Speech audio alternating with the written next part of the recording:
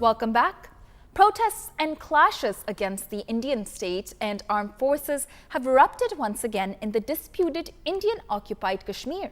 It is reported that the clashes erupted after the Indian troops shot and killed a civilian described as a young man in a house raid. The man worked as a shepherd and he was attending to his sheep when troops fired at him. The protesters blocked several streets in Srinagar and called for the end of the Indian rule in the region. They chanted the slogans of "Go Back India" and freedom cries while Indian forces tried to control them. Government troops also fired tear gas and shotgun pellets to quell the protests. This is just one of the many instances where excessive use of force under the guise of rule of law has been used by the Indian forces to establish their legitimate authority in the region. Pakistan has repeatedly raised concerns for the disputed Kashmir with India and also the world on a global stage. Just yesterday, Foreign Minister Shah Mahmood Qureshi addressed the OIC contact group on Jammu and Kashmir issue on the sidelines of the UN General Assembly session that is underway in New York currently. Qureshi stated that the Indian forces are violating human rights in the disputed valley and have also killed civilians with impunity. This, of course, is a fact recorded by the United Nations Human Rights Commission report on Kashmir that Indian forces are using excessive force leading to unlawful and extrajudicial killings of civilians. The OIC contact group has called for impartial referendum in Jammu and Kashmir in accordance with the United Nations Security Council resolutions.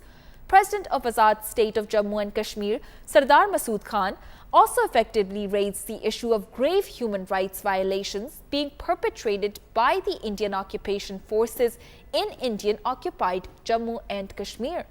At the United Nations, the foreign ministers of Azerbaijan, Turkey and Niger, as well as the ambassador of Saudi Arabia, expressed their support for peaceful settlement of Jammu and Kashmir dispute, also calling upon India to observe United Nations standards enshrined in the human rights instruments and in international law. Well, to further discuss atrocities in Kashmir and Pakistan's efforts to raise the issue on diplomatic front, we now join Mushaal Hussein Mullick. Thank you for joining us, Ms. Mullick. Most welcome. So let me begin by asking you, yet another day and yet another civilian has been killed by the brutal Indian forces. How can India be held accountable for such grave disregard for human rights? First of all, if we go back into the history of this conflict, it is the oldest pending conflict on the UN agenda. It's in the Security Council, and right now the UN General Assembly session is going on, and that is the right platform to raise the voice in the plight of our suppressed nation, because we are an unarmed, defenseless nation. You must always keep that in mind. And we are combating the largest occupation force in the world. And every day we are receiving dead bodies, body bags of our youth, of our elders, of our children, of our women, where rape has been used as a weapon of war. We have this draconian laws, so many of them like TADA, POTA, Armed Forces Special Powers Act, Telegraph Act, and so many more, which are mandated through the puppet elections that go on in Indian-occupied Jammu and Kashmir. So they have complete immunity. The forces over there, they are the Indian Army. They have no fear of being punished or persecuted. They have a license to kill, and they enjoy that immunity to the highest level. In fact, the more they hunt the people, the higher the chances are of them to get rewards and merits and to get upgradation in their status and be applauded as the heroes in India. So this is the so-called champion of democracy to the world that is itself which is training its army to occupy the foreign land and to grab it, and also the draconian laws. All these are the state policy of India. So it's a very disturbing situation for people living under this occupation. For them, it is a living hell. Well, Ms. Mullick, just building on what you said, the Organization of Islamic Republic has raised support for the disputed Jammu and Kashmir. due to unrestrained efforts of Pakistan. What do you have to say about the recent diplomatic developments in the United Nations? We have the ICRC Geneva for the Commission for the Detainees, for the prisoners. The same way we have the OIC, which has its own human rights forum, which is independent, and they are speaking up. The OIC is saying that the commission should be launched to probe all these atrocities that go on in Indian occupied Jammu and Kashmir. But in order to engage more and more diplomatic support, we need to understand the mechanism of the United Nations in depth. They have a lot of working groups, they have their political offices, they have special rapporteurs on human rights, on disappearances, on torture, on right to self-determination. We need to be more and more active and engaged in these mechanisms, in these procedures, and we should be made a part of all those envoy groups that lobby or that raise a voice for Kashmir cause internationally on high-level platforms, even in the United Nations. You have world bodies like the Amnesty International, you have other organizations, think tanks. We need to be a part of their working groups. So for that we have a very uphill task, but there is always light at the end of the tunnel. We received just recently an extensive report by the United Nations Human Rights Commissioner in which they have described in depth, in detail, the level of gross human rights violations going on over there in Indian occupied Jammu and Kashmir, the draconian laws. They talk about the Kunan Poshpara rape case, how women are being raped, half widows, the highest ratio in the world. All these things have come forward. So this is the right time to internationalize the Kashmir cause in a more robust manner, in a more aggressive manner, and lobbying should not mean that just once in a year knocking the doors of the United Nations at the General Assembly. It must be all year round the clock. Exactly. So the Kashmir issue has recently come to the forefront for the international community. India has gone on the defense. So India has again objected to the UN and OIC for discussing the Kashmir issue. Why doesn't India accept that Kashmir is an international issue, not an internal affair for India? Accepting or non-accepting by India doesn't matter to the Kashmiri nation.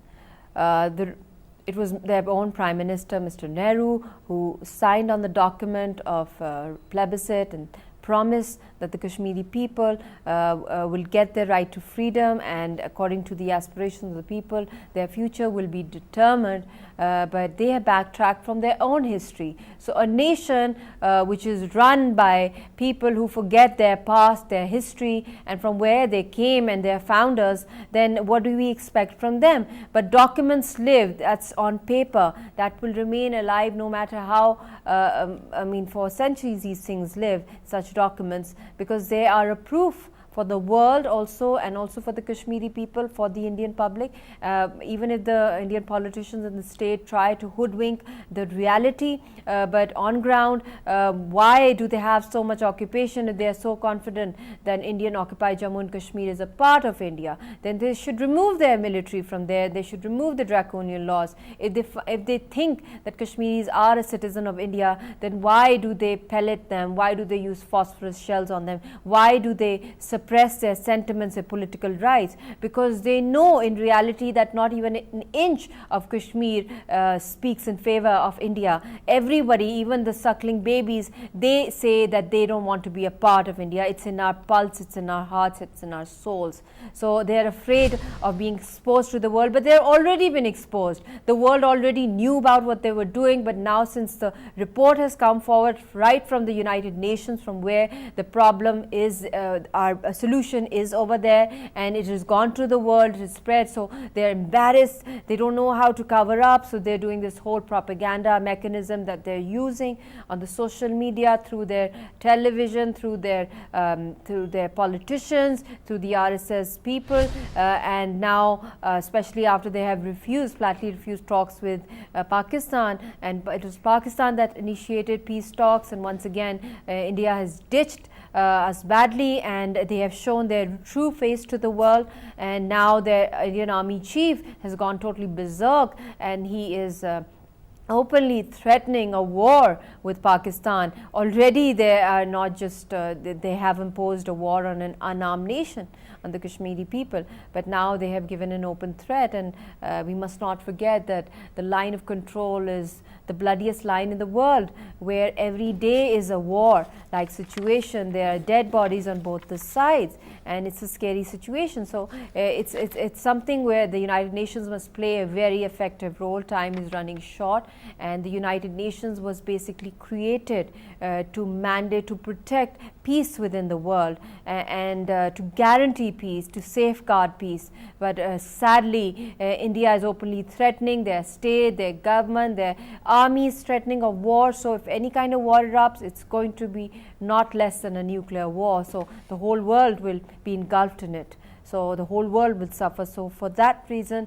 the United Nations must use its good office, and all the leaders that are sitting there participating in this session, Pakistan must actively advocate this, and the fear of a war, fear of destabilization, and the repercussions of any kind of nuclear war must be exposed to the world and show the true face of India.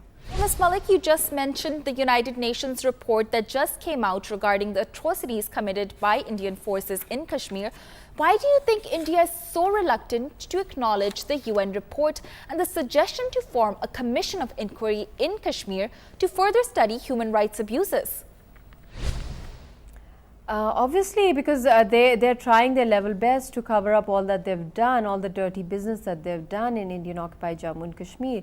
The free use of gun and pellets on which are even banned on animals and hunting are sprayed upon Kashmiri people who come out on the roads for their birthright, who are chanting slogans of Azadi, and it is a majority, it's a peaceful struggle.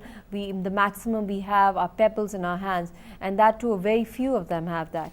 So it is the height of barbarism that they commit over there. But since the report has come out, they want to camouflage that. They blatantly, quite bluntly, they've rejected the report. But sooner or later, they will have to, allow foreign observers, the UN Moge people, to come on ground to see the situation, and a commission has to be formed to address all the war crimes that the Indian Army and the Indian state has committed. But sadly so, in this day and age, the non-state actors, if they commit terrorism in the world, the whole world is, signaled unsafe, and there's a radar, and there are sanctions, there are so many operations to combat such non-state actors.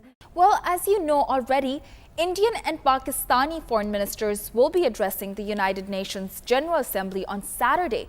What do you expect the Indian rhetoric will be, and how do you think Pakistan will counter that with regards to Kashmir? India is on a very weak wicket.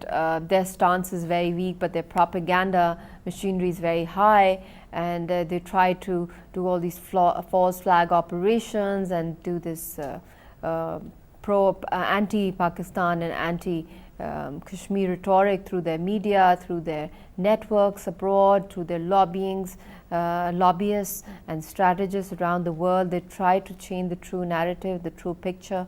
It is time for Pakistan to become even more vocal in its stance in exposing the true realities. And this is not an incident based that okay, the session is coming forward, so it's an incident or it's a time to capitalize it and to expose the atrocities of the Indian side. It must be a continuous policy of the Pakistani state to continue all year round campaigning for the Kashmir cause, and to induct more and more Kashmiri stakeholders into this as envoys, to send them abroad to global capitals, to P5 countries, to advocate with foreign ministers of the first world, and to show the world how important it is that this problem, this conflict, this dispute must be resolved for the larger interest of the world, because at the end of the day, as I mentioned before, we are all global citizens, we are all stakeholders, we all get affected.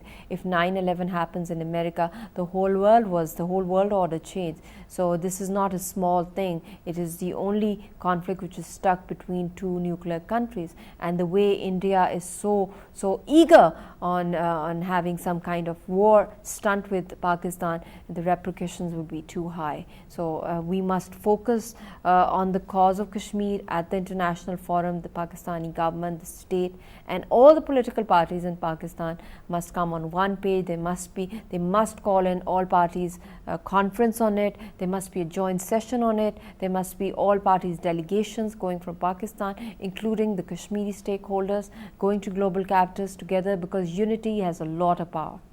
All right, thanks so much for speaking with us, Ms. Mushaal. It was certainly a pleasure speaking with you. And that was Mushaal Khan speaking about the atrocities committed by Indian forces in Kashmir. And now let's move on to a break. World Tourism Day up next.